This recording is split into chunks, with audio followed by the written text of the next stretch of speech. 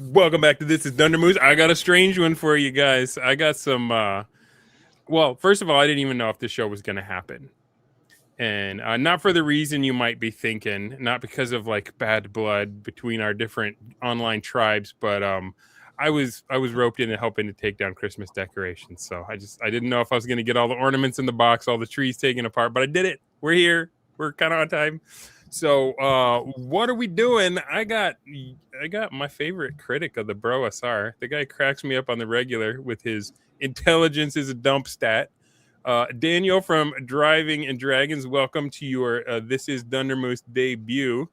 And you got some friends along. How do you pronounce it's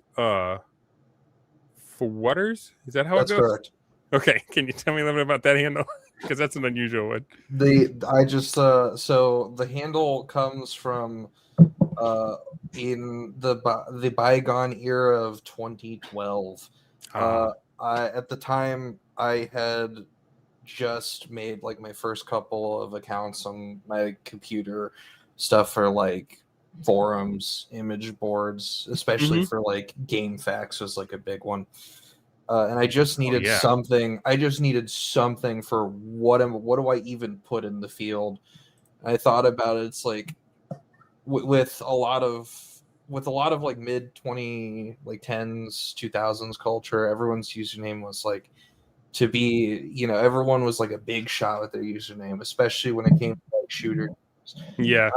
I didn't want any of that, so I just picked something simple that I thought sounded like cute and endearing. I would have gone with something like related to Kirby, but when it's anything related to like a popular medium or like a popular character, name's taken. The name's taken, give up. Just move on. So I settled for at the time me and my sister were watching the newest iteration of the My Little Pony series, because everyone has a show that their little sister watches. Yep. You sit there and you're just like, yep, we're doing this for 5 hours. And it was actually a really cute show. It reminded me of like the Care Bears, which I liked when I was her age. And the character in that show that puts like an emphasis on being kind to people is Fluttershy. And so I wanted to, and because that was also like a popular character's taken, so I just had to tweak it a little bit. I landed on this. So everybody doing the shooters was going for like maximum aggression and stuff, and you're like, yeah, I'm gonna subvert this. I'm gonna go with, don't shoot me. I'm Fluttos. Well, it's just like I wanted something that sounded friendly. There's so many, I want to be MLGs, XX Destroyer XX. And I was like, that's not me. Come on. Cabal Hunter Mike. Yeah. Yes, Kara, I've lost the stash. I'm probably gonna lose most of my viewers, but I'm going fresh faced. That's an interesting story, Flutters, because my moniker also comes from gaming. This is gonna take us way back because I'm stinking old. Thanks, Jack McCarthy with the $5. Don't listen to them. You look fine without your mustache. Said the most befollicled man I've ever met. Oh man, who is this unmasked man? Anyway, not to get distracted on the facial hair. Why am I Dunder Moose? Why Dunder Moose? Well, I was playing Xbox. I was playing my favorite game, Halo. And back in the day, they had such a thing called couch co-op, right? You could get 4 guys on one Xbox. You could hook up 4 Xboxes together, and you could like blow the circuits doing just a man party. It was a lot of fun. I was always trashing all my friends. I thought I was the best thing ever. And back then, my gamer tag was Slippy Chicken because that was my favorite Chinese food at the restaurant that was nearby. And then Halo 2 came out, and we got online play. And I was like, oh boy, meat for the beast, let's go. And I was getting my face handed to me by kids whose voices hadn't even dropped yet. And like their reaction speed was insane. They would like jump in the air and like snipe me in the air on the way past. And I was just like, oh crap, I had no idea. I thought I was good. You're getting I was a big fish in a small pond, and then I got out in the ocean. And people with names like Flutters were just doming me from across the map. And so I was like, all right, my team needs to know. I need something that's clumsy and makes poor decisions. So like Dunder from Dunderhead, and like Moose just being a not very graceful animal, and this is before The Office came out, so everyone thinks it's Dunder Mifflin. No, I was trying to tell my teammates that I was going to be clumsy and make poor decisions. So Urban Verse, we're going names. Why don't you share how yours came about? Well, see, this goes all the way back to Team Fortress 1, the original Half-Life. Man, we are going so old school to this, some pure Gen X nostalgia. You're all welcome for this. It started, I guess I was a Urban Sniper originally, even though my dial-up modem wouldn't allow me to actually do that. I just, sort of see the dot skipping across the screen and then I'd die. So, but eventually, how old modem are we talking? Like you put the handset on top of it, kind of. Not quite that old. It was it was a 56K modem, but I think it would max out at about 28.8 locally. So yeah, that's going back a ways. So you're just like rubber banding around the map and nobody can hit you. Oh, they hit me just fine. I could barely play the game for the longest time. By the time I could play it, we never really played it anymore. So, but I stuck with the Urban Sniper name for most of the years after that, everywhere I went. And after I started branching out and doing more writing, I just started switching to Urban Verse for the wider universe of my fiction. Heck yeah, man. All right, so that brings us to Daniel. I feel like yours is kind of obvious, but just in case there's a little more to the story, how did you become driving in Dragons? I got pissed off online because of people saying stuff about Dungeons and Dragons. Let's not shock here. What's really a shock is how long it took. What's really a shock is how long it took me to make a series specifically about people saying stupid stuff. Which, by the way, I saw B-Dubs showed up in the chat. Mm-hmm. Everybody, just a round of applause for the winner of the dumbest person online in the TTRPG gaming space last year. He got the golden dummy for the most time. Oh, is that like your version of the golden Scooty? Yes, it is. Congratulations, B-Dubs. We were all pulling for you, man. He was featured more. He beat R-Dubs. R-Dubs. No, was it R-Dubs? No, it wasn't R-Dubs. It was. Was it Rump? It was Rump. Rump DM came in second place. But B-Dubs appeared 10 times. Like naming all my best friends. It's like he was on almost 25% of the episodes, B-Dubs. But anyway, well, that's the thing. I've said this 14 times, I think, on Intelligence as a Dump Stat. You'll notice that you don't see people like, say, Condor DM getting roasted on there frequently. More. Because it would just be me talking about him every week. But the other thing is that I more or less stayed away from people who couldn't take a joke, from people who would just sit here and take it seriously and get pissed off because I said something mean about them. Everybody that I mess with is either a really big account to where I just don't care because I give a crap. Or like any of Jenny D's, 600,000 subscribers care that I don't agree with, her hair. If they do notice you, you're done. Yeah. It's like, well, it's kind of funny. I always get good views when I mention her because they jump in to tell me how much of a bastard I am. Oh, see, that was my mistake. I tried to emulate. I had the wig, I had the blue eyebrows, and turns out it doesn't work out for me. 48-year-old man. The long and short of it, though, is where it came from. Famous story I've told before. There was an argument about player agency on Facebook. People were talking about like how you were violating somebody's player agency for killing their character after they were kicked out of your group. And I was like, you know what? I'm just going to find a place. I'm going to go online. I'm going to start a YouTube channel. I'm going to drive around in my car. I'm going to work on my car, and I'm going to film that, and I'm going to just put my thoughts about TTRPGs and Dungeons and Dragons out there. So it's Driving and Dragons, which, by the way, for B-Dubs there, wait, did he accidentally tune into a Conrad Thompson show?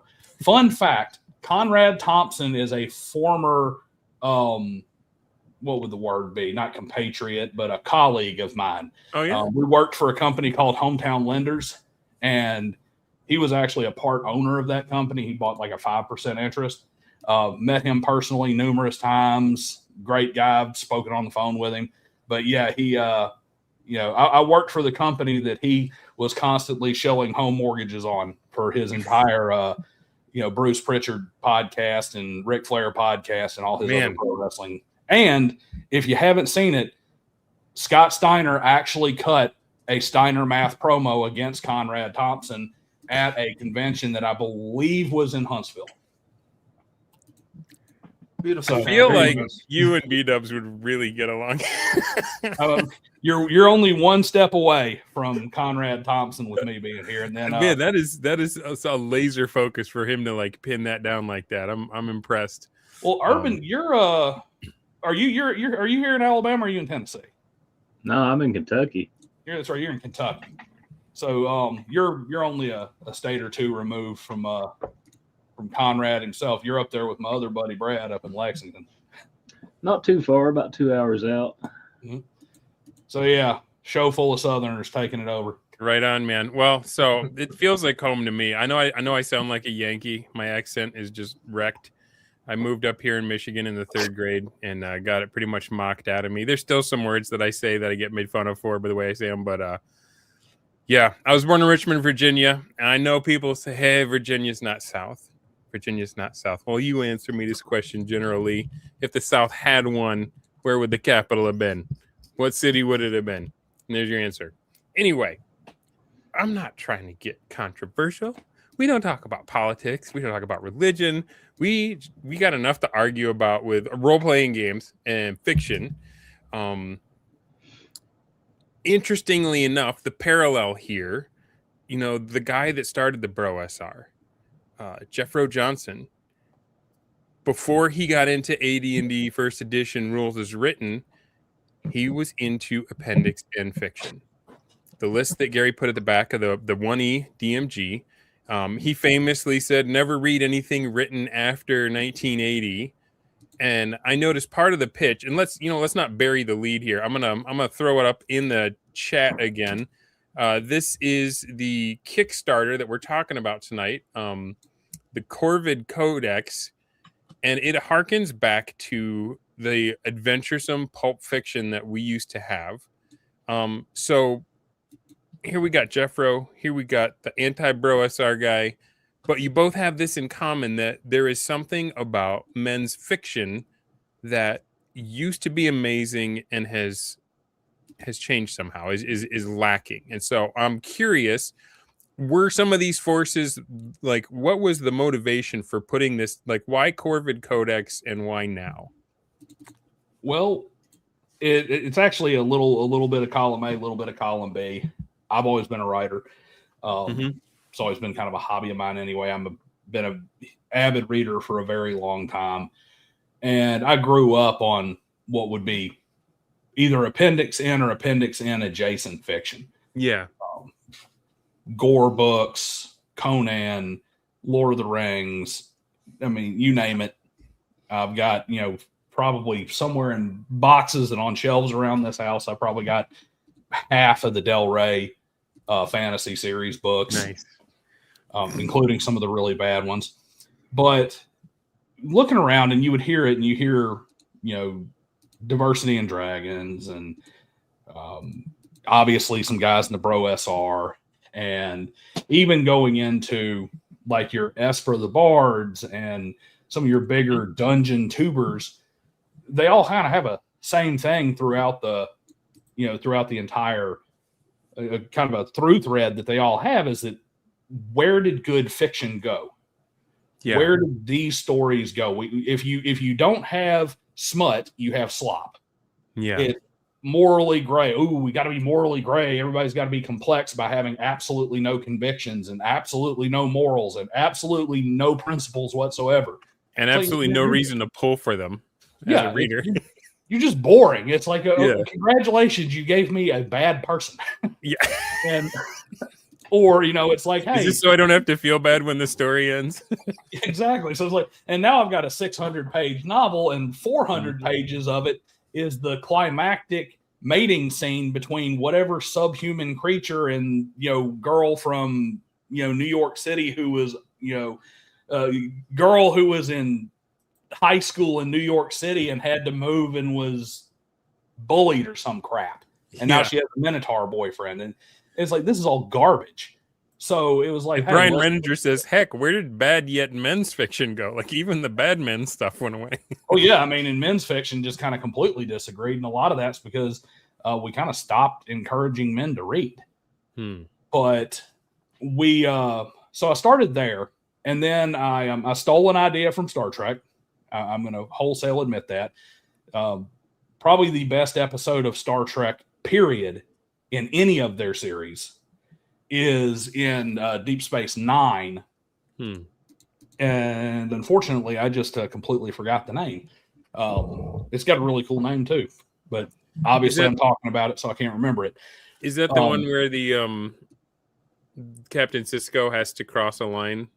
No, that would be That's another one who if you hadn't asked me, I'd have known the name. But that's when he blows up the Romulan. The something with the moon, but it's killing me right now. No, this one is Far Beyond the Stars. That's the name of the episode. Far Beyond the Stars. It's an episode where he gets shocked by some plasma conduit or panel or some crap, and he wakes up in a 1920s pulp writer's room. He's a black writer in the pulp writer's room, and the guy comes in. He's like, "All right, guys, everybody come around for the week," and they hand out these pictures, and it's just rough sketches from the artist. And the guy's like, "Take one and draw a picture." And of course, he gets a picture that really looks like DS9, and he writes this story about Captain Sisko. And I'm like, that is an extremely good way to practice writing. That is a great way to challenge yourself. And so I got on to a couple of different threads and forums and started asking around. I'm like, hey, here's what I want to do. We're going to start a writer's room. Basically, you come in here. I have a bunch, and this is the only use of AI besides like some, spell checking and not like some really, really basic editing double checks that is used at all. Is I went on, and I mean, when I tell you crappy, I mean crappy. I'm talking like one sentence prompts, like give me 15 random fantasy scenes that has characters in it. Gotcha. And I took them and I threw them in a thread in a Discord, and I said, here's the challenge. Pick a picture. Don't care what it is. Just go in there and put a like on it to say you claimed this picture, and try and write a story that's somewhat inspired by that picture. And we're going to do this. Yeah, that was my little react. I just put a little tree on it. Yeah, so some of us did that. A couple of the stories didn't come from those, but that was the genesis. And then I'm like, all right, well, I'm just going to put this together and we'll publish it. We'll put together a structure for rights, royalties, all that fun jazz. I'm going to publish it and we'll see where it goes. It's CORVID CODEX simply because I like crows and I like ravens. They're highly intelligent birds and they speak and they tie back to older, like Edgar Allan Poe's poetry, and his prose work actually is kind of a predecessor to what eventually became pulp. The kind of pulp style from Lovecraft and whatnot anyway. Yeah. And basically my idea was it's all kind of summed up in our tagline, which is, this is new pulp written the old way. And these guys came through on that. It's very pulpy. It's very genre. Very good genre fiction. And it's a mix too, right? Like it's not all just high fantasy. You got sci-fi, you got contemporary fantasy. Like it's it ticks a bunch of boxes. Anything you would have found in a pulp magazine. If you can open, and not even just pulp, even moving up into like heavy metal and stuff like that, some of the more comic and graphic based ones. If you would have found it in 2000 AD, where we got Judge Dredd, if you would have found it in heavy metal, if you would have found it even in some of the stories that would get in like your Dragon magazines and stuff like that, any of your readers, all the way back into like Weird Tales and your well, I mean, your noir fiction. Yeah. We didn't have any The like stuff where we had so much good writing that like they were pulling all the stops trying to capture attention, right? Because it would you go to the drugstore and there'd be a rack full of them, had the yellow paper trying to stand out and be more outrageous and that really hit that sense of wonder. So the guys in the Discord, was this like a group you'd gamed with, or was this something you put together and just invited a bunch of people that you knew could write? Like how did you guys let's ask the guys. Forters, how did you get roped into this gig? I have told this story once before, and it makes me laugh every time. Is when I had already. Could you tell it this time? Could you tell it in an accent?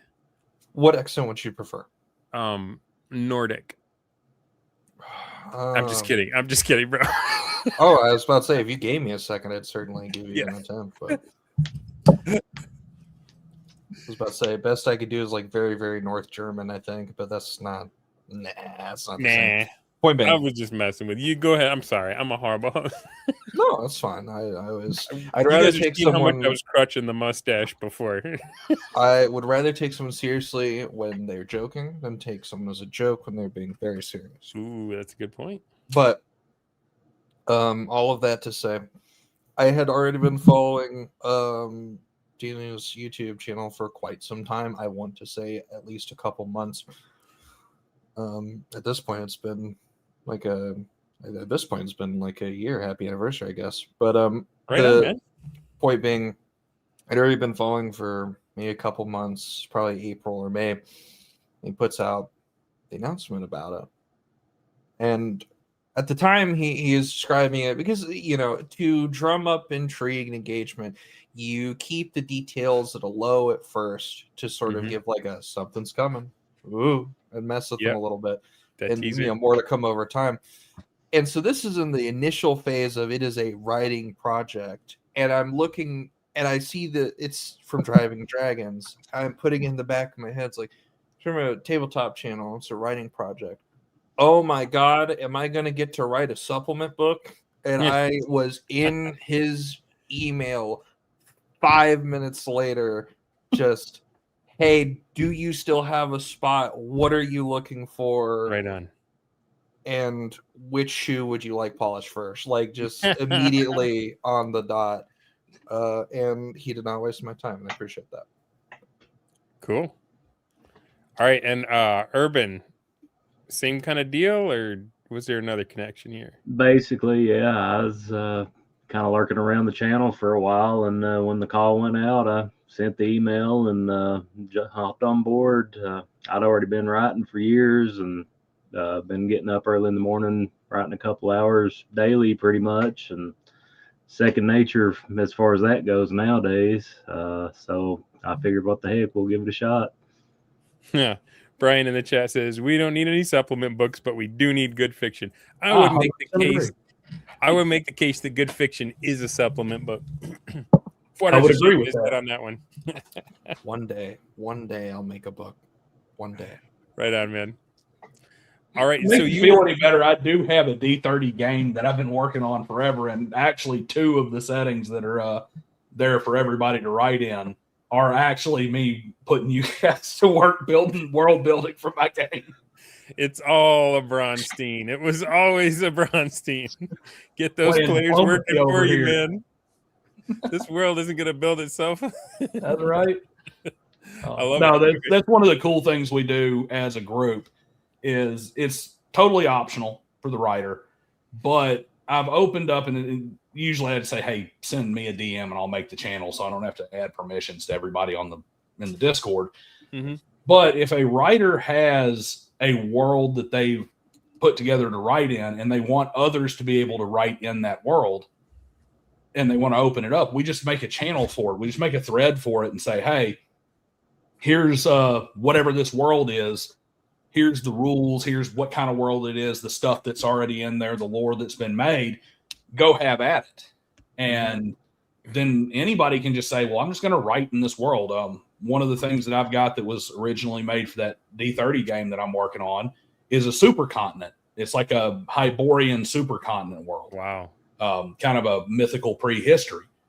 well, the first story in the book is written in that world by somebody who is not me. He just picked a swampy area or a swampy kind of jungle area near the equator and said, this is where this girl's tribe is going to be from. And Okay. I'm like, congratulations, you are now fleshing out societies and cities and stuff in the middle of my game world. Right on, man. The chat is getting ridiculous. I got to point it out. Poor Orc Child says, I can't read, and all I got is a D2.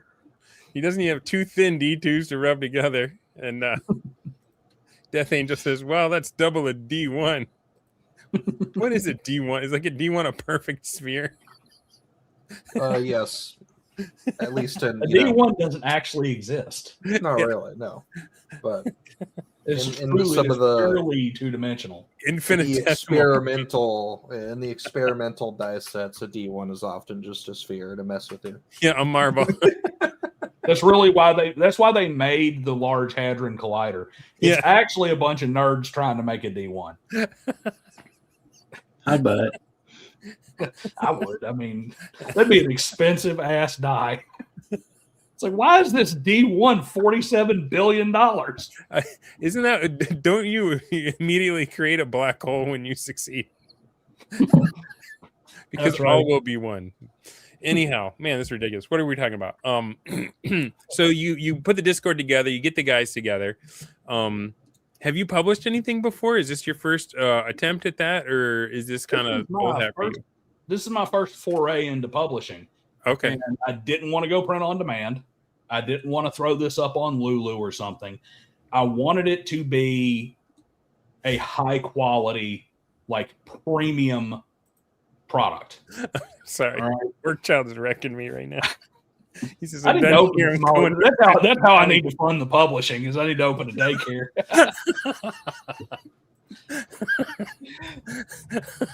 All right. So you get on the bestsellers list with one backer. How did that happen? I tacked a shipping lane in a raft. I'd like to dedicate this collection to Tim Walsh. There you go. No. We do not get political. We are not controversial. This is a gaming channel.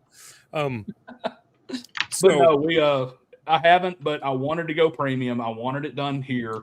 The printer I'm using is right here in Birmingham. I've actually visited them and seen their printing presses and everything. Cool. It's 6x9 standard US paperback, premium thick paper, wraparound cover. It's not stapled together. It's not like when you go buy Tomb of Horrors print on demand from Drive Through RPG, and by the time it gets to you, it literally starts falling apart when you pull it out of the paper packaging. And that also allows me to keep a lot more control so that, hopefully I can eventually pay these guys. Right on. So I'm a big fan of this stuff. Friend of the channel, Kursova, has published a magazine for years. I've got his Mongoose and Meerkat right here collection. So first of all, just reading good fiction is a worthy pursuit in its own right. With the stuff going on in the world, there's nothing wrong with wanting to escape for a little while.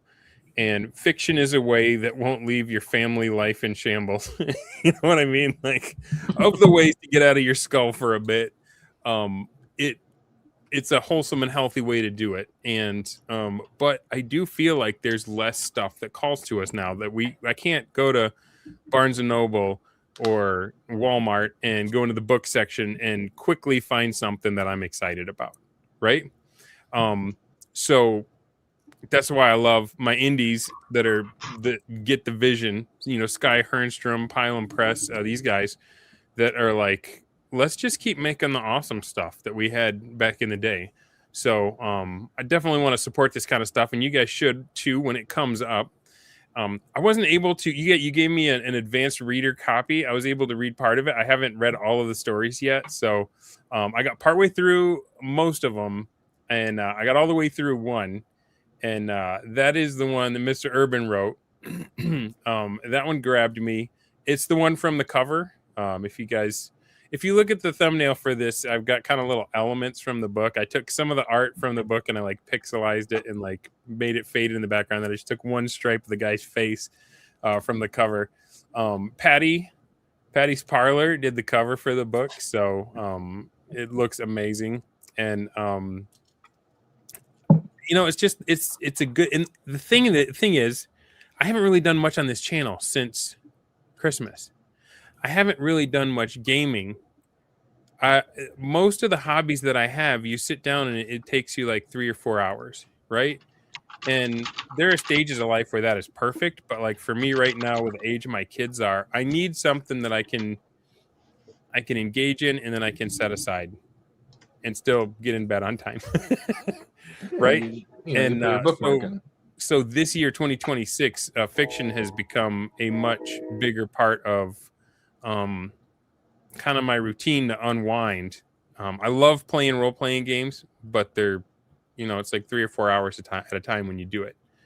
I like playing video games, but most of those are just the dopamine treadmill now where they try to hook you and they're staying up all night playing and stuff. So, 2026, I'm here for the fiction. And I want to read stuff that appeals to me as a man with a sense of honor and a sense of adventure and some passion. And so I'm really encouraged to see this kind of stuff.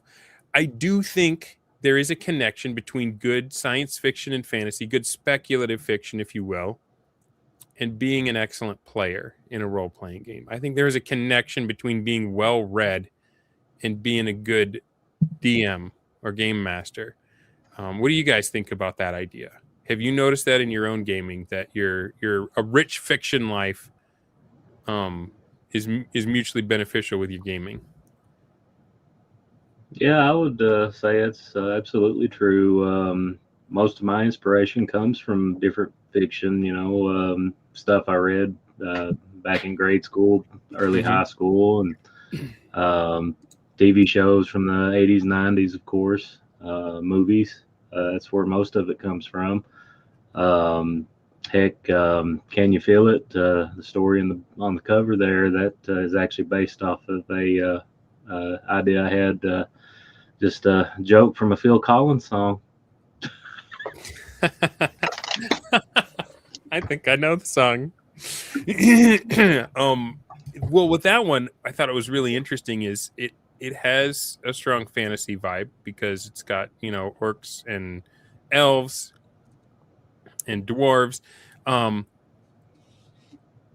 But it feels like it takes place, like it really brought me back to the 1980s, and especially the fear in the Cold War and the technology, and like there were just a bunch of little grace notes that I'm like, this is not a 1990s, urban fantasy. This definitely feels like, I feel like the characters could at any point have picked up like the first run of Watchmen, because it's like right in that time period, Was that intentional, or was this like just a trunk story you had sitting around since the 80s, or No, that was intentional.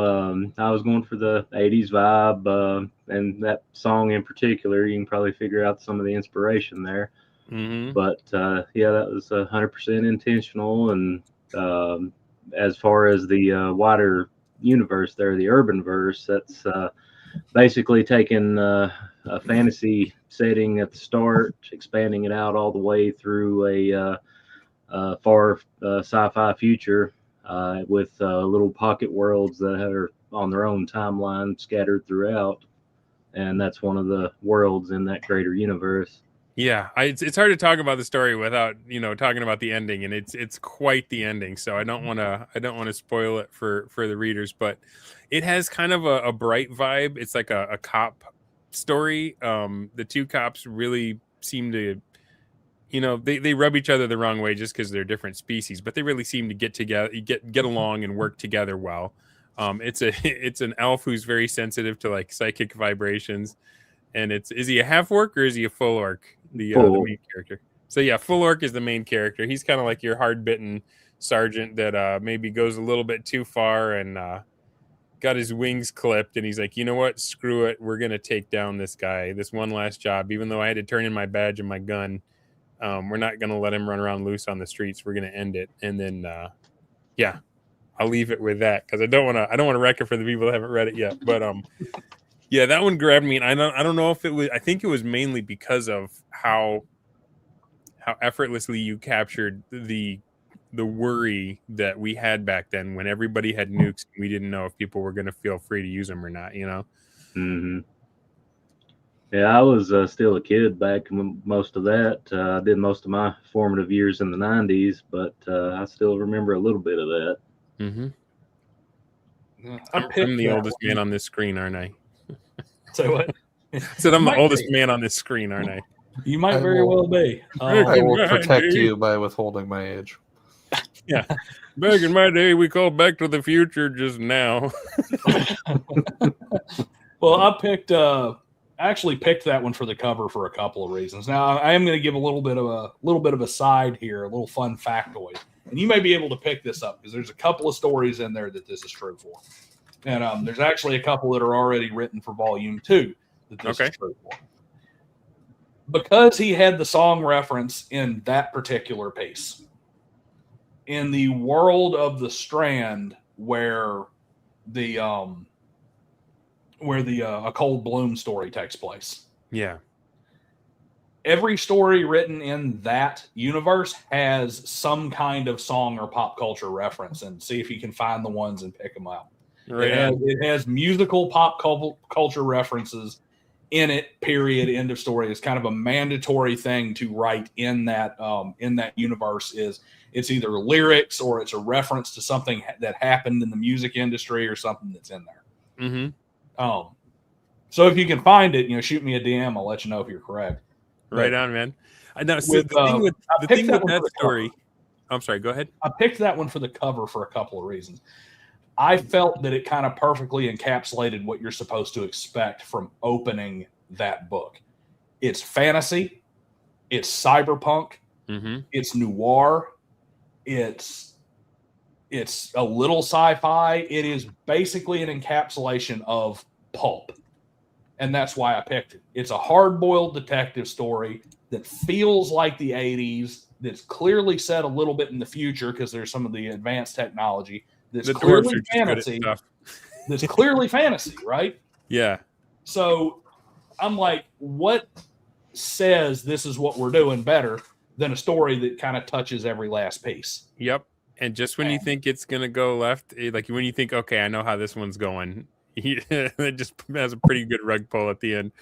All right. Well, let's talk about Cold Bloom for a little bit then. Now, this is a story. I didn't get all the way through it. Man. Such a bad host. I should have read the whole thing cover to cover. But I got into it enough to get hooked. And the first thing you start off with is this large conceit that the Strand is a city that is pretty much also a bridge across an ocean. So just picture this giant mega city, but it doesn't sprawl. It's like a line. And once you take that huge idea, then you immediately go into like some real just gritty realistic ramifications of like, okay, we've got the one speculative element, and now here's what it's like living there, working there, dealing with the levels of society and the strata. Like, what would a city like that work like? What would be the problems? What would be the solutions? And what would be a good focal point character to try and navigate this and show off some of the distinctive things about it? So is that idea of the Strand, was that part of a game that made its way into your fiction, or was that something that came up for the story and you're like, I'm going to use this in my games? Or how did that happen? It's actually a little bit of both. I was actually working on my D30 game, which I started that project with two different settings. The Dreamless Dark, which is very much that pre-proto Dark Age sword and sorcery super content. And think Conan on Pangea. Yeah. And the second one's called Cyber City Dodge. Cyber City Dodge is Dodge City, Kansas, cyberpunk, but where the rest of the world, cyberpunk is usually like everything is super futuristic, but we're kind of dragged back because of the massive divide between people who have money and people who don't. Yep. Cyber City Dodge is the opposite. This because it's a Kansas city and it's in the middle and it's out there's flyover territory and stuff instead on the coast. It regressed, and it's basically super sci-fi Western because everything went back to like you have gangs that broke in and broke into the museum on Boot Hill and now run around thinking that they're Wyatt Earp and Batman. Nice. I got some buddies like that. Yeah, so I was working on that, and this idea just kind of came to me, and I'm like, what is a great mega project that can make cyberpunk, like it just really hone in on those kind of cyberpunk themes. And I was like, here's what we got. It's the last great mega project. Mm-hmm. A multi-trillionaire in his last big just burst of ego builds a city, and that city is a gigantic like 24-lane superhighway that runs from San Francisco to Tokyo across the Pacific Ocean, with just in the shallower parts of the ocean just these massive just a monument to wealth and hubris. Yes. And then I'm like, how do we rope this back to sci-fi? And you come to that, that opening scene of the book where he stands and looks out over the ocean and thinks it's like all this technology, all this money, all this hubris, all this, we dominate this world, and this massive super city structure, the ocean still moves it. Yep. And people sit there and lie to themselves and say, oh, it's perfectly stable, I can't feel it. But you can feel it because the Pacific Ocean still moves this giant structure. Yeah. And then, of course, you go down and it's like, what is it? It's the beaches are either docks or the enclaves of the super wealthy. The center between the two, the east and westbound lanes are kind of like the middle class. And then there's the underbridge. It's like, what do you find underneath an overpass for the interstate? Any city in America. Drug addicts, people hiding underneath there trying to stay out of the weather, homeless people, just the worst destitution ever. So if you're in the underbridge, that is the ghetto of ghettos, stretching thousands of miles across the Pacific. And that's what I had that, and I was like, I just had to stop. I put my game aside. Yep. I jumped into Google Docs, and it just banged the whole, like, half of the thing out. And then I'm like, all right, I got to start tying some stuff together. And I'm going to tell you. That's the best, right? When you just fall through the page, you just, like, you start typing, and then, like, time disappears. And I may have the most heavily edited story out of all of them because we communally edit, and we communally beta read. Everybody has that takes some respect and trust from the group to let somebody else edit your stuff, right? Like, did that lead to any conflict? The general rule is you leave a comment telling the suggestion for the edit. You don't go in. But everybody edits, everybody beta reads. We have, multiple sets of eyes on each of this. And there are some writers, one who is unfortunately not with us right now.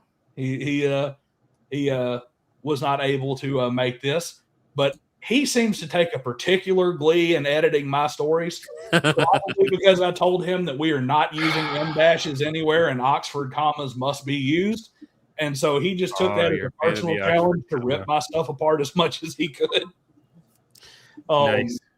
But yeah, that's how we rewrote it. I wanted it to be a point A to point B story that you're surrounded by the motif of what cyberpunk is supposed to be. And hopefully I captured that. Right on, man. Whew. You just triggered me. I once got in an argument with a New Zealander about the Oxford comma, and she told me she was going to stab me with one. She's a tough chick. Anyway, so, all right. I need to apologize to Fwatters because I haven't even started your story. The reason is because Daniel was talking it up so much, talking about this like Pulitzer, this like really strange, this unusual thing. And I was like, I'm going to save this for last. I'm going to savor it. And then I didn't get to it yet. So I need someone to introduce it, but no spoilers. But like, tell me about like what's cool about this story without wrecking it for me. Urban, have you read through it? I'm not through it entirely, but I've got a slight start on it. All right, Fwatters, it's on you, man. I'm going to tell you this. It is not a second to me only. It is probably the highest reading level story in that book. It has like I think I ran it through like 4 different checking systems to check its reading level, and they all come out at like 12th grade to It's like second year college. Flesh Kincaid model, right? So Yeah, okay, so Fwatters is the Gene Wolfe of the group. Got it. And there's I our don't Hemingway know who up there. that is.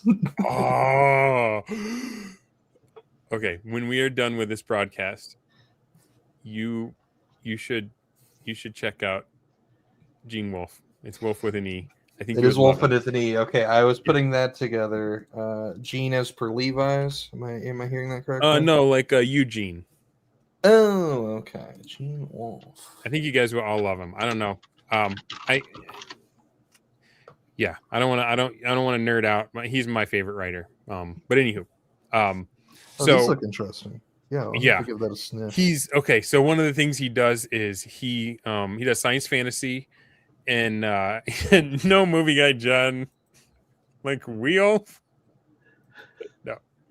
No. He does science fantasy. He has unreliable narrators, right? So like the main character of his, like the one that like really blew me away, is called The Book of the New Sun. It's a 4-part series, and the main character has a perfect recall. He cannot forget. And so he tells you this in the front of this book, and you think that because he remembers everything that you're going to get the whole story, right? But then you start picking up on things that he's purposefully leaving out because it might make him look bad. And then the way that Gene Wolfe writes it, you can figure out the things that the narrator doesn't want you to know. It's like nothing I've ever read. It's just mind blowing how he gets off the page and like plays with your brain while you're reading him. And then like while you're not even reading him, you're in the shower and you're like, wait a minute. And you got to bumble out and grab the book. And I know it. That kind of stuff. Anyway, I'm not going to nerd out on the guy. Fun. All that to say, he also has a very high reading level. He doesn't like try to Stephen King dumb it down for the lowest common denominator. So if you don't get it, it's not your. Well, I mean, it is your fault, but that's okay. All right. So tell me. So you started with a picture of trees. I did. No, well, not a picture of trees. What I started with was a picture of. Because we were going off of a brief prompt, and in creative impetus, you always want to take what you can get. If you take a concept and you try to strain it out like a washcloth, you suffocate it. And when I looked at that prompt, the image, I saw a short figure cloaked with a mask that looked to have a wooden texture, and the mask had 3 holes in it, almost like a sort of trifecta Venn, but upside down, 2 and then 1, and like something akin to like a spear was set aside, or in a hand, I believe, and then the other primary figure in what looks to be like a cave of some kind off to the side is the model is clearly grasping at like a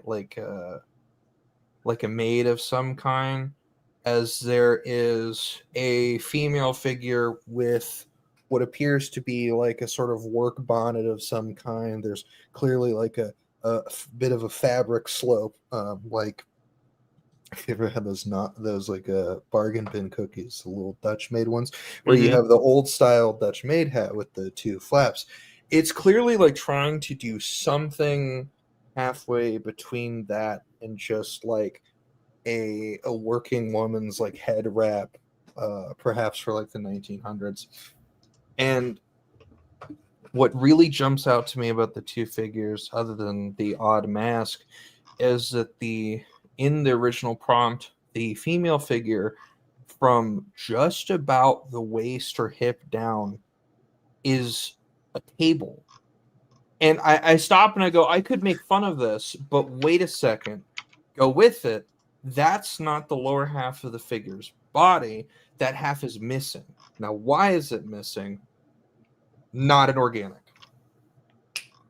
There it is. So then I go, okay. So you took what was kind of a an artifact of the AI prompt and said it's not a bug, it's a feature. It is a feature. I'm going to consider that part of the computer's creative Do not leave it. contribution. Yeah. Take nothing for granted. Okay, interesting. So I see it. I said, that is no longer a figure that is half table. This is not a Home Depot Centaur. That is the top half of something that has been somehow safely removed and has been set on a table. And it is my responsibility to tell the audience how it got to that table. I'm sorry. I got stuck on the IKEA Centaur. That's IKEA Centaur. It could be its own thing. All right. So So you've got a torso on a table, and that's your starting point. All right, I can see how this one probably that's a very original point of origin. Few degrees off of normal, and you probably by the end of it end up somewhere that not many people were ready for. Was it fun to write this story? Oh my goodness, yes. I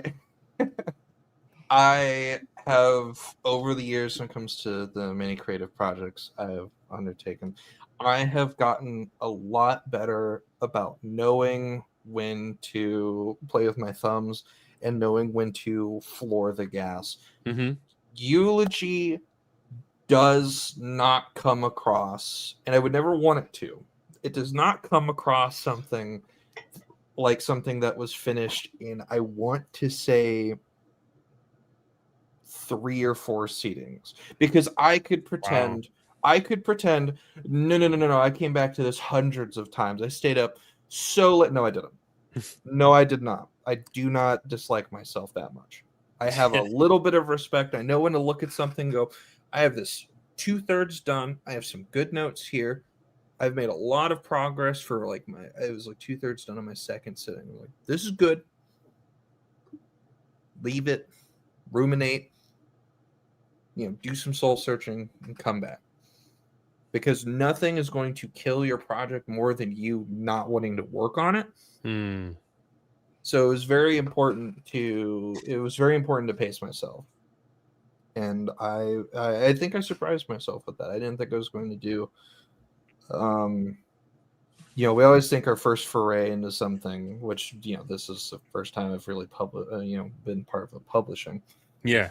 We always expect our first foray. It's like, well, I've never done it before. I'm going to mess it up. But I definitely could have been more irresponsible about finishing that story. That's for sure. And I'm grateful that I was not. Okay. I want to hear more. That sounds like a good question for the other two of you guys. Was it fun to write your stories? Because I feel like sometimes it's fun to write, and sometimes it's fun to have written, but getting to that point can sometimes turn into work. So, Urban, how did it go for you for your story? Oh, it went just fine. I was enjoying myself. Like I said, it was all one big joke at the start, and then it just sort of came together after that. Same way with Blood Moon. It was one of the ideas that came from an AI prompt, and I just rolled with it. I'd been working on earlier that year or the previous year, building up the lore for various settings in my universe, and that was one of them. So it just kind of fell into place all at once, and rolled with it, and it went pretty smooth overall. Right on. I think some of the AI artifacts actually played into Blood Moon quite a bit too, into some of the decisions made there. Because absolutely, that was classic AI with things that have like extra arms and stuff like that. So he's like, we're gonna hunt mutants. We're just gonna go back to 2023 Mid-Journey and. Oh, I mean, the entire idea was like, these are completely unusable for anything meaningful other than like, hey, it might spur some kind of idea, whether it's just one small image or trying to take the whole thing. Just haul a nightmare out of your subconscious. Exactly. But I will say this is one thing about Eulogy by Flutter Spaces. And this is the thing that stuck out the most to me, and is probably the best when you tie it back to gaming. Yeah. You want to talk about something that every player, especially every player, and even more so than GMs, that every player needs to be able to do. When he wrote it, when you take his POV character is not human, right? His POV character is something that would be alien to us. Is that known from the get-go, or is that something you discover over the course? It's known pretty much from okay. It's within a couple of paragraphs, you figure it out pretty quick. So the leg lamp is the main thing. Well, no, it's actually it's eulogy, YEW. Oh, it's like like the tree. It's like the Lord of the Rings written by Treebeard, or narrated via Treebeard. But that's the point I'm getting at here, is that this is not a human or even demi-human creature. And the way it's written, the way the world is spoken about, some of the use of descriptive language and words immediately puts you in a mindset that is that. That's part of the reason why it's such a weird read. And part of the reason why I say, like, either everybody's going to think this is ridiculously good, or it's like, man, that's kind of interesting, because it's written from a perspective that's not ours. And so there's a lot of disconnect in that narration. But it's not bad disconnect. And then same thing when you look at Can You Feel It? Your orc acts like an orc, talks like an orc, behaves like an orc, and thinks like an orc, and your elf doesn't. And they're very distinct. And that's something our players miss. How many times do you see this crap where it's like, I'm a high elf wizard who acts just like a human. I'm a dwarven fighter who acts just like a human. I'm a gnome artificer who acts like a short human. I mean, that's one of the, actually from your camp of your BROSR folks, isn't that one of y'all's main things, is how all these modern players, when they play characters, it's like, oh, great, it's another human with a skin suit. Yeah.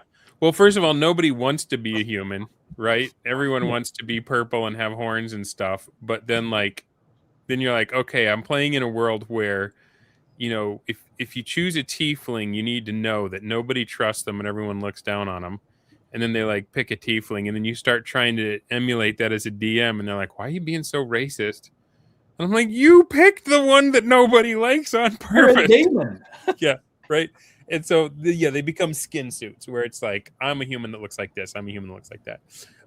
I actually played with BK Gibson and Jack McCarthy 2 nights ago. We did a Stars Without Number, and I don't know that system, but it has a really fast character roll up if you don't want to go through the full character thing. And I rolled up a guy, and he was an expert, he was smart, he was a merchant, and he had a bunch of hacker skills. And so I was like, all right, he goes by his hacker name. I can't remember what his original name was, but he goes by his hacker name Glando. And it was basically, I took Lando Calrissian from Empire Strikes Back, and I took Dennis Nedry from Jurassic Park, the first movie, and I just mashed them together. I'm like, that's who this guy is. And I feel like if you do something like that up front, it helps. It gives you a touch point where you're like, okay, I'm not gonna go in there like Rambo. I'm gonna go in there wheezing and try to tackle the guy and then waller around. I think that kind of stuff leads to better role play. And if you have never read a story with a dwarfy dwarf, right? Like if you've never read 3 Hearts, 3 Lions by Poul Anderson and fallen in love with Hughie because of just how dwarfy he is, then you don't have that in your subconscious when it's like, oh, I'm playing a dwarf. Like, what do you think then? You're just like, oh, I guess I'm short and strong. Like you don't absorb the essence of dwarfiness if that's not in your subconscious, which is why we need to be reading these kind of stories, because these are like powerful, heady Jungian archetypes that can lend power and meaning to the stories that we're reading and writing and the stories that we're embodying when we're playing the games. So I'm glad you brought that up, man. Well, I think that largely died out in the 80s. Because if you look at your older, especially fantasy genre fiction, when you look at Tolkien, elves react and act and think differently than everybody else because they live forever. Yeah. And the same thing with Ents. You got Merry and Pippin are like, Jesus Christ, do something. They're like, we just spent all day saying hello. Because we're freaking trees. Okay, we don't move fast. Yep. We don't think fast, and we don't act fast. We live in seasons and innumerable seasons. Yeah. And you lost that in a lot of this stuff. And like that's one of the things that Eulogy does extraordinarily well is it's like, what would it be like if a tree told the story? Yeah. So there's a risk there, though, right? Like, I feel like Fwatter's probably just, like you said, you got captured with the idea. You just hit the gas and you're like, let's do this. But now you, as the publisher, Daniel, reading that, there's two ways to go, right? Like you could say this is for science fiction and fantasy fans. This is for people that are ready for it, and we're just going to go straight into it, and the story's on it and running. And then the other way is like, and I hate to bring Jurassic Park up again so soon after the Nedry joke, but I don't know if you guys ever read the first Jurassic Park novel by Michael Crichton. When I was about 10 years old was when the movie came out. I started reading that book. I have read it so many times I've lost count.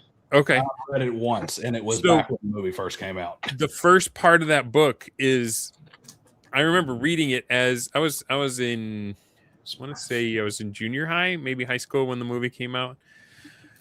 And then I read the book after the movie came out, and like the first part of it felt like such a fish head to me because I was already a sci-fi fantasy fan, right? Like my one of my earliest memories is my dad reading. We got a chapter of Chronicles of Narnia every night when we were in bed. He'd sit out on the hallway and he would read us a chapter, and my sister could hear it in her room and I could hear it in mine. And so I was already used to like, here's something strange, let's go. Kind of like the way Cold Bloom starts, where it's like, that's really weird. It's not going to over-explain it to me at the first. I'm going to learn about it as we go through the story. You know, there's a kind of a patience, a delayed gratification. For people that aren't among those, you get what you got in Jurassic Park, where he has this giant explanation of how dinosaurs could come back. It's like a paper. It's like a white paper on DNA and amber and mosquitoes. And like he goes through a very painstaking way to get mundane, probably readers of non-genre fiction, you know, mainstream, to get them there to where they're finally ready to say, oh, a dinosaur could be real. Whereas I feel like for sci-fi fans, he could have chopped that whole first thing out and say, hey, guess what? We found a way to use DNA to bring dinosaurs back through cloning. I'd be like, sweet, let me at it. Let's go to the park, you know? So did you have any thoughts of that, knowing that stuff hasn't been written for men in a long time, that the people that are reading now maybe aren't as cultured in going along with that kind of stuff? Or do you think maybe it's like been preserved in possibly other areas like, you know, Doctor Who or Attack on Titan, or there's other venues that people get that willing delay of explain everything up front? Or did that not even occur to you? There's a little bit of both to it. I wanted to have both. I wanted to have easily accessible examples for the D&D player who doesn't read. Let's face it, they're out there. You know, your gateway drug. That it's another reason to do short stories instead of novels, because you can read this you can sit down and read this in 20 minutes. That's right. Or if you're somebody who doesn't read an hour. But the other side is I wanted to make sure a couple of things. Like I wanted those themes to hit. I wanted the clear distinction of, you know, personalities, morality, how the world affects them. I wanted those to hit nice and clean. But Movie Guy John says, the D&D player who doesn't read, you mean all of them? I kid. Sort of. No. There's plenty of them who read all the fantasy books. They just don't read the rule book. But like you take Eulogy. Mm-hmm. It doesn't need an exposition. First off, the kind of crazy narration draws you in immediately. It's immediately immersive because you're having to follow it. Even if you are somebody who's done a lot of sci-fi and a lot of genre fiction, you still have to think, because your brain has to position itself with, what is this? All right, cool, I'm seeing it from this perspective, and then you start thinking about it. And it can show you without having to give you a massive exposition dump. So I did look for quite a bit of that, but there's a couple of stories in there that are, you know, kind of straight up just what's the good word for it? Like, my group lands on the planet and goes and completes the mission type stuff. Very straightforward, point A to point B action writing that's in there where you can read it and you don't have to think about it. You can just see the picture in your head. Yeah. So I did try to stay, and I was very careful to look at these things. I don't think there are any exposition dumps anywhere in the entire thing. They're short stories. It's very hard to do an exposition dump when you're in 7,500, 10,000 words. The second thing is that I wanted to make sure we avoided those things because when you have non-readers, they get bored fast. And you get these modern publishers who are like, you need to hook somebody by the first 2 paragraphs. Like, they don't even give you the first page anymore. It used to be, if you haven't hooked me in the first 2 pages, I'm not publishing your book. Now it's like, if you don't have me in the first 16 sentences, modern writing, the first 6 sentences, because 16 sentences would be like 3 pages. The first 6 sentences, I'm not reading this. And you can tell that there's some very big differences in philosophy of writing amongst the writers, because you're going to have people like me who are extraordinarily verbose, and you have paragraphs that take up half of the page. All right. And sentences that have 12 commas and 2 semicolons in them, because it's a good sentence. Sweater's is shaking his head right now. I don't have words for how many times in school they're like, and this is a run-on sentence. I just look down and go, ma'am, that's a paragraph. Yeah. Yep. Because here's the thing. It ain't no damn run-on sentence. It's a single complete thought. It's just a very complex one. Yeah. Yes. And then you have guys like Aaron, who wrote the Asteroid Rocks, which is a great little piece of first-person sci-fi. And he is very modern in the fact that it's like period. It's like, we don't need commas and semicolons. We need periods. We thought, short, chop, chop. To me, that reads as chop. To a lot of your modern readers, that allows their brain to reset and not lose track of the thought. So it reads very, very quick. And we wanted to have something for everybody in it so we could hook as many people as possible and get them to get volume 2 and 3 and 4. So let's get back to Flutters then. Like, was that something, like, did you ever wonder, is this too weird? Am I going to lose them when you were writing Eulogy? Or were you like, what? My first draft is for me. No, I got to get this out. Yeah. We're doing it. If they don't figure out, I'm sorry. They can read it again and try again on the second try. Well, yes, it's short enough that it lends itself to that.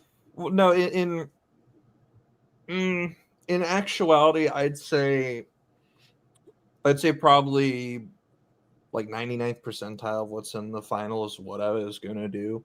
Most of the actual changes, much to Efane's chagrin, much of the actual changes that I made to it were small menu. Like, there are maybe 3 words that were changed in all of its like revisions, and the rest were like formatting or slight tonalities, moving a couple things around, but keeping the substance pretty much the same. The closest to a barrier that I wanted to address when getting the story to the readers was more of one I'd already intentionally made myself, in the sense of, how do I make 2 sides of the coin? How do I make it so that both sides shine? I don't want one side to be shining and the other side to be covered in bubblegum. I need both halves of this exchange to come through clearly. I don't need people to like it. I want them to. But I need the text to make it to their eyeballs. I don't need it to be their favorite thing ever. Getting the message to them at all is sometimes more important than getting them the one that you want. And the thing that helped me most with preserving that through the entire process is that the two different perspectives are written in different tenses. That's not to say in the sense of first person or like a different perspective. One is written in past tense and the other is written in present tense. This was very intentional, and it is because those tenses match the eras that those characters are from. Okay. A creature that has lived as long as a tree is going to be written in past tense because its origin far precedes any of the events that are taking place right now. This is only appropriate as a creature of the past. Yeah. So that tense makes the most sense for it. Whereas the automaton is a making of man. It is currently operating. There is currently power in its system right now. There's currently current. Right. 10,000 volts to the ear. Talk about current events. Hey-o. But yeah, that's the point being. It is in the current tense. Mm-hmm. So that was that sort of challenge to the self for consistency's sake was a big part of the outline for that story. These two, man, I can't wait to read it. It sounds like there's a real playfulness that you have with this story, and I'm looking forward to digging into it. If you're not having fun, you're missing out. Yeah. Have fun. These two are actually a really good pair to have on, just because of what their stories highlight. Because there is a stark difference between the two of them and what their stories really highlight in terms of writing mechanisms. Like to call them tricks, I think is cheaping them. But mechanical and stylistic choices that really hammer home the voice of a story. On one hand, Flutters has amazing contrast. Just like he was just describing, there is I'm going to put this in your face by changing tense, by changing voice, by changing even the way sentences are structured between these two entities. Yeah. The contrast is extreme and it hammers home that point. Whereas when you read something like Can You Feel It, it's just smooth as butter. Yeah. It's very good atmospheric writing. His ability to put atmosphere into the writing and to give you an intangible feeling that maybe is affecting the whole scene works. Because you read Can You Feel It, and it's like, not only are we like, hey, it's a hot, humid night in what's clearly a coastal city, and we're going to go through some swamp territory here for a little bit, but you can, because of the way it's written, not just, hey, I'm telling you to feel this. Yeah. The way it's written, you can feel the heavy air, the humidity, the oppressive nature of what's going on and the tension throughout the entire story. And then you flip over to Eulogy and it's like, wow, this is black and white.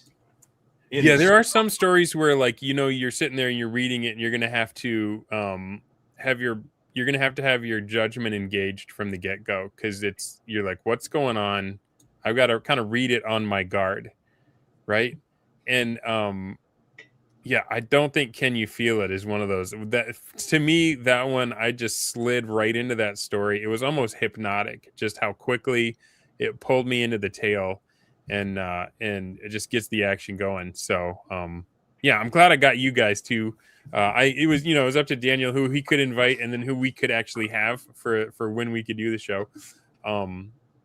But yeah, I'm really enjoying this. I know it's not our usual stuff. Usually we're out there trying to star on Daniel's next episode. Keep him busy, huh? So let's talk about some of the little writers' tips and tricks, like things that you guys do. Like one of the things I was thinking about when you were talking, Daniel, about the punctuation and like the length of sentence and stuff. Are you guys familiar with a writer named Dave Gerald? I'm actually not. Okay, sci-fi writer. He's famous for writing the Tribbles episode in the original Star Trek. He was just a kid that was a fan of the show, and he didn't know you couldn't, so he sent in a script, and they were like, hey, this is pretty good, we're going to use it. And then they brought him on as a writer for the show. But one of his tricks was when he really wanted something to stand out, he would, without signaling it, he would switch over to iambic pentameter for just a section. Like, I wouldn't necessarily rhyme, but he was looking at, the accents and the syllables. And when he wanted something to stand out and become beautiful, he would flip to iambic pentameter for just that paragraph and then move on with the story. And it was kind of like it was a trick or a mechanic. Everyone will call it. If you don't like the word trick, I'm like, if we're talking pulp, I think we could say tricks, right? Things you do to hook the audience and stuff. So I don't know. I personally don't know how easy it is to do that kind of stuff when you're writing, because I feel like part of it is subconscious and it's just coming out of your subliminal. But maybe when you're editing is when you can go back and kind of polish that surface layer. Did any of you guys get feedback when you were open to the other writers to edit the stuff? Anything make you mad, or anything you were like, man, they're just wrong about that? Any advice where you're like, I'm not going to take that advice? Well, sure, in the latter half, but at the end of the day, advice, especially from a council, is best to be assumed from like a good place. I have no reason to be upset. So you assume positive intent. Yeah, but it's like I said earlier. It's like I'd rather take someone serious when they're joking than take them for jokester when they're telling me something very important. Much in the same way, it's like I'd rather assume that someone I am working on a project with is probably saying something in my best interest. And then if the Fane is trolling me, I go tattle to Dan and we get it sorted out. But the point being is like, I'm here to help. I don't have any reason to assume that the editorials aren't as well. Just like flat out ignore. Only like, if I recall correctly, there was one mark on Eulogy that I just outright disagreed with. I didn't even respond to it. Criminal that I am. I just entirely disagreed with it. And it was something to the akin of a note on, I want to say maybe the third or fourth page. And the note said, this is the closest to a hook paragraph that I see, and we are 4 pages in. And I just immediately said to myself, you are wrong, and that's okay. That's okay. Right Nobody's fault. And because I do know that they're trying to help. So telling, sorry to the editor, but it's like, I know you're trying to help. Nobody knows who you are, but in that, you know who you are. I think that was also a fan. It's like, I know the fan is trying to help. So me in that moment saying it isn't going to get anything productive done. What I can do is keep that in mind. And that was, I think, at the 2/3 mark. So with the rest of the story, it's like, okay, if I've kept you waiting this long, the rest of this really needs to make it worth it. So that last third, I had, I pulled out all the stops, because it's for the readers like that aren't hooked in the first page. If you are waiting that long, you're thinking to yourself, okay, this guy has been talking and talking and talking. What are we getting to? So that was certainly a hint to me to at least really bring it home for the last third. That was certainly the right on, hint man. I got from that. I think that's one of the benefits to having Mercurius. Hey, how's it going? Thanks for the $1 due, bro. Appreciate the support. Good to see you, man. Man's always in here. It's like sometimes I think he doesn't exist. I think Mercurius is like Elon Musk's alter ego.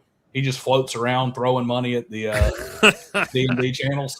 That man has an interest, and he has experience in a bunch of, like, I bet he's an amazing DM.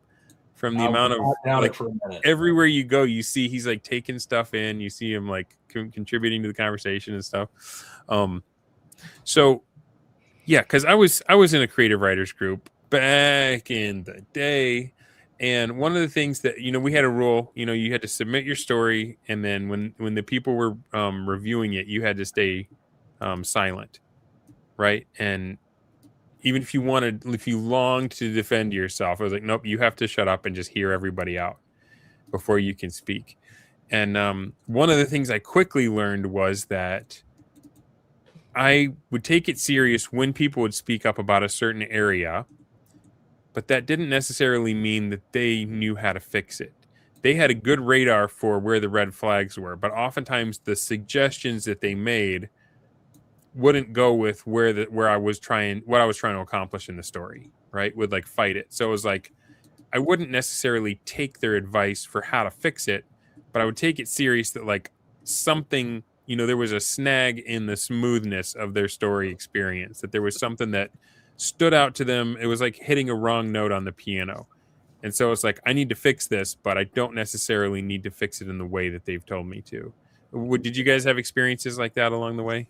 Yeah, that was kind of my experience with the editing process. I've always been a self-editor for most of my writing career. Just back in school, I'd get my papers back from a peer editing group and nothing was wrong.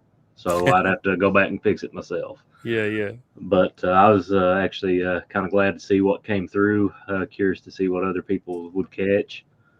For the most part, it was usually repeating words or adding to a description, something like that.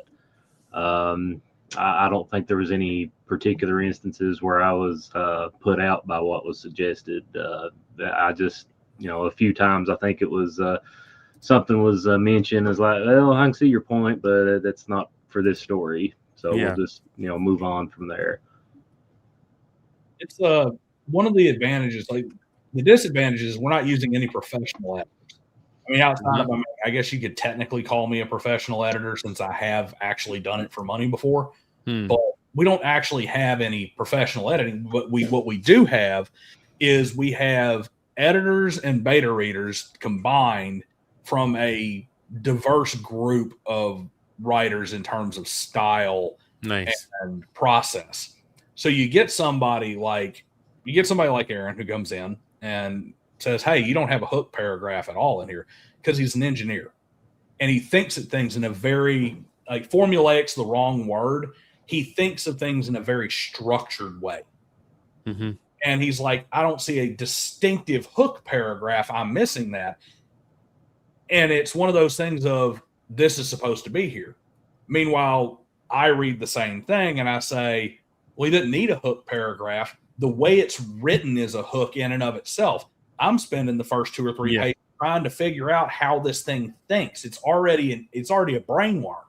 Yeah. I don't need a hook. I've got a worm.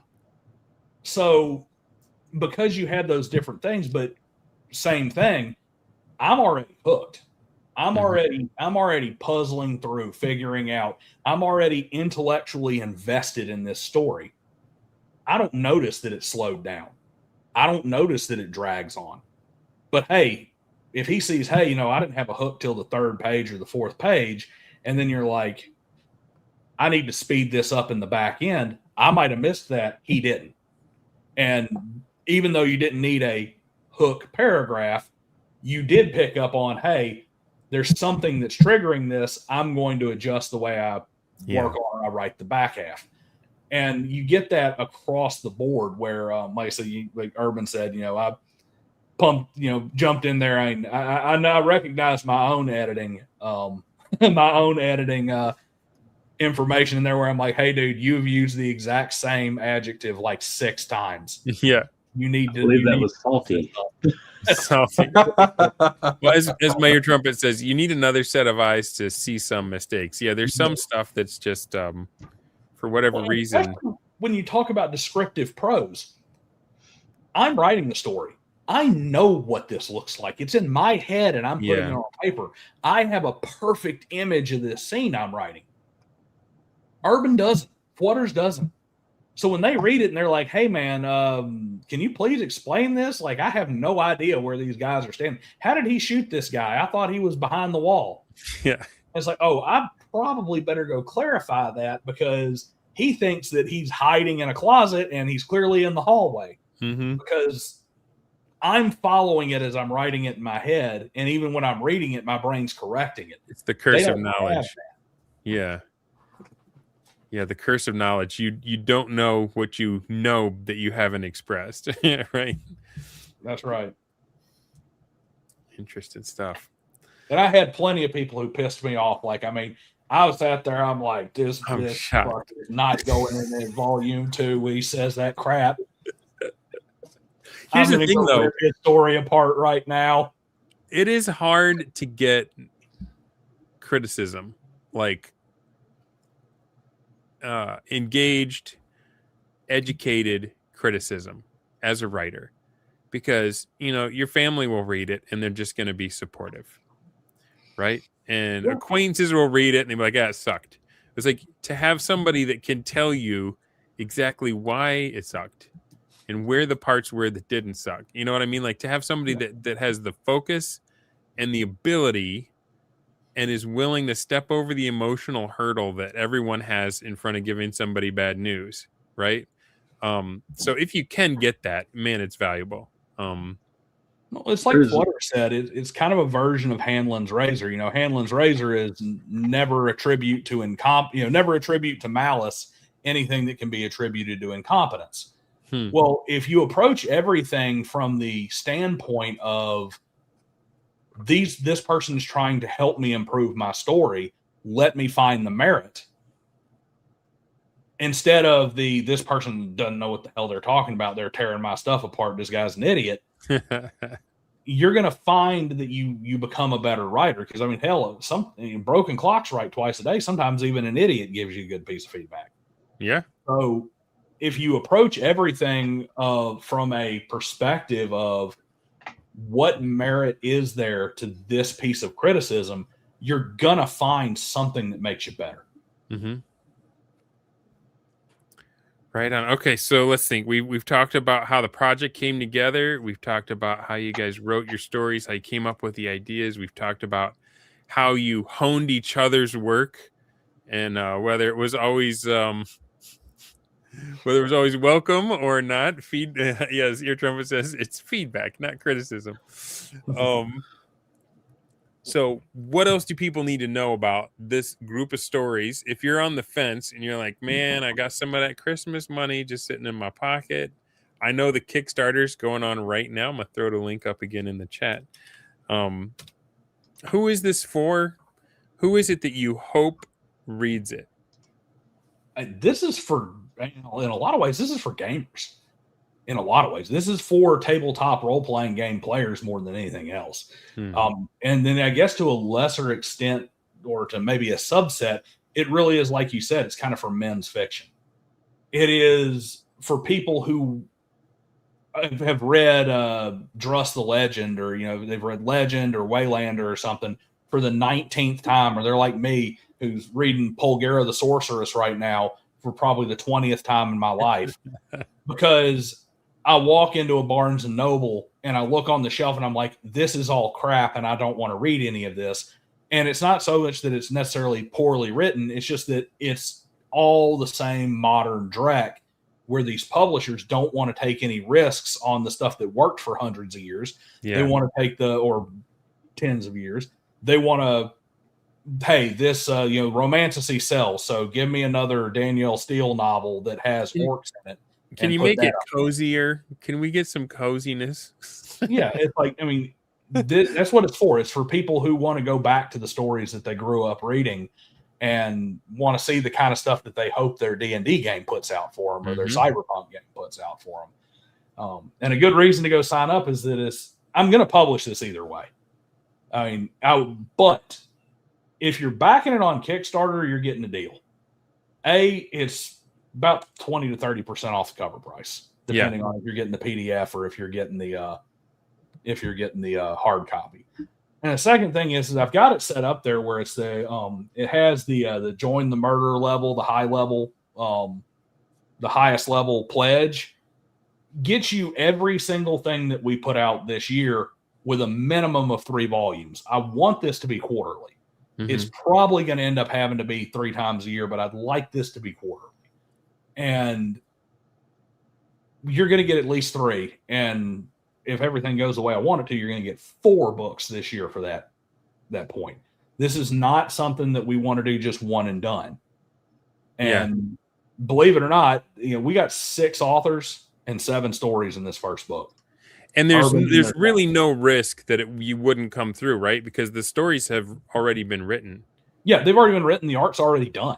Yeah. Everything's finished. The PDF, I could release the PDF, and I was deciding, like, do I want to do pre-orders for physical copy and sell the PDF, or do I want to do a Kickstarter to try and basically get enough money to print a decent quantity so I can put it in local game stores, so I can put it in local bookshops, and so I can fund the second issue immediately? Was really the do I do that as a Kickstarter, or do I try to do this kind of slow feed? And I figured a Kickstarter would hopefully give that bulk infusion of capital to make sure I can do a quarterly publication. But you don't have to worry about this project going vaporware. I mean, it's going to happen. It's done. Everybody's already written it. Yeah. Patty's already done the cover. Rob Necronomicon has already done all the art for the stories. I've already paid for all of it. So, a chunk of that's just putting the money back in my pocket from the art. I've already got the printer set up. I've already priced it out. I mean, it's a safe bet. Yes, it is the safest of safe bets. It goes out if it funds, period. And I probably shouldn't say this. I did goof up. I've never done a Kickstarter before. And I didn't realize that Kickstarter calculated in the shipping as part of the pledge. So I set my goal understanding that I was going to need to pay for shipping. So realistically, I only needed, now it's all or nothing because it's Kickstarter. Realistically, I probably only needed like half to 2/3 of what the goal is. That's so right. Everybody gets everything. And we got a really cool bookmark too. Like one of the We're still going to get there. We're still going to get there, man. Yeah. I've got an add-on in there that's pretty cool. It's a bookmark that has the cover art. On one side, I had Patty go back, remove the text, and do a format just for the bookmark. Cover on one side, logo on the other side. Cool. So there's a pretty cool add-on there too. But that's who it's for. And these two can add to that. Yeah, just talking about the gaming aspect there, the world for Can You Feel It? That was based off of a world I started developing for a post-apocalyptic RPG. I got, I think I worked on it for about 6 months, building up a wasteland city, part of a mega dungeon, that whole thing. And then Blood Moon's Nice. kind of my take on Deadlands. So Right on. For who it's for, I mean. All right, Flutters, who's the eulogy for? Well, I suppose it's only appropriate I talk for my own story. As for who it's for, I mean, if I'm really going to grassroots, I didn't read because I thought it was profound. I didn't read because I thought it would get me anywhere. If I'm really, I could read and speak at a, like, it was shocking to people how young I could like read and speak. I was called precocious once because of how fluent I was at a young age. And it was never to really impress anybody. It was because it was fun. I liked learning. Reading wasn't some like ends to a means when you're just sitting there reading like those old like flat color books about like etiquette, and it has the like kids in like a neighborhood or playground scenario, and it's just, you know, book about pouting, those books, and it's just reading those for hours and hours. And it wasn't so I'd never pout again. I know how to minge, but it was just the like learning and discovery and fun. I wanted to write a story for curious people. That's not something for the internet to enjoy, but that it is for someone who sees something and goes, I want to learn as much about that. I hope that this story teaches people about Oregon. I hope this teaches people about roads in East Oregon. I hope this teaches people about plants and, you know, the many species that this continent has reared. I want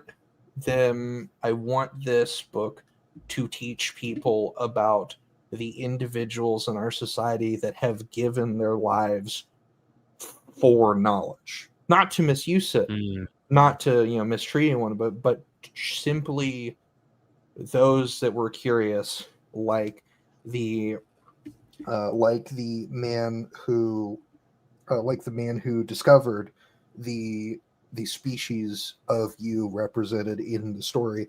His greatest works are archived at the lab at Painted Hills in Oregon. And he's no longer with us, and he gave his life to that study, and I think that's important. This is a story for curious people who want to know. I don't think education and entertainment have to be entirely divorced, and I think both of those parts of our lives are heightened, I would say, when they can be achieved in tandem. All right. Well, that was a heck of an answer, my bro. And I don't know if it's going to get much deeper on This Is Dunder Moose. So maybe it's time to... it's best to be honest. Time to rock on, man. Let's plug it one more time. I'm going to throw it back in the comments. Thank you guys for being willing to come onto enemy territory and share in a BROSR-friendly zone. I feel like the chat, although the chat got a little out of hand, it was cracking me up. I feel like it was very friendly. At the end of the day, we're all just gamers. We do enjoy to argue about stuff, and that's not going to change. War gamers are going to war game. But thank you, Daniel, for putting this together, for being willing to come on the show, and lots of luck with the Kickstarter, man. Absolutely. I appreciate you for having us. And everybody go back to Kickstarter, throw a couple bucks our way, and get yourself some modern pulp. Everybody get the kind of stories that are going to stay with you, that you're going to be talking to people about at work the next day. That's right. 100%. Can you feel it? All right. Thanks, Flutters. Thanks, Urban. Have a great night, everybody.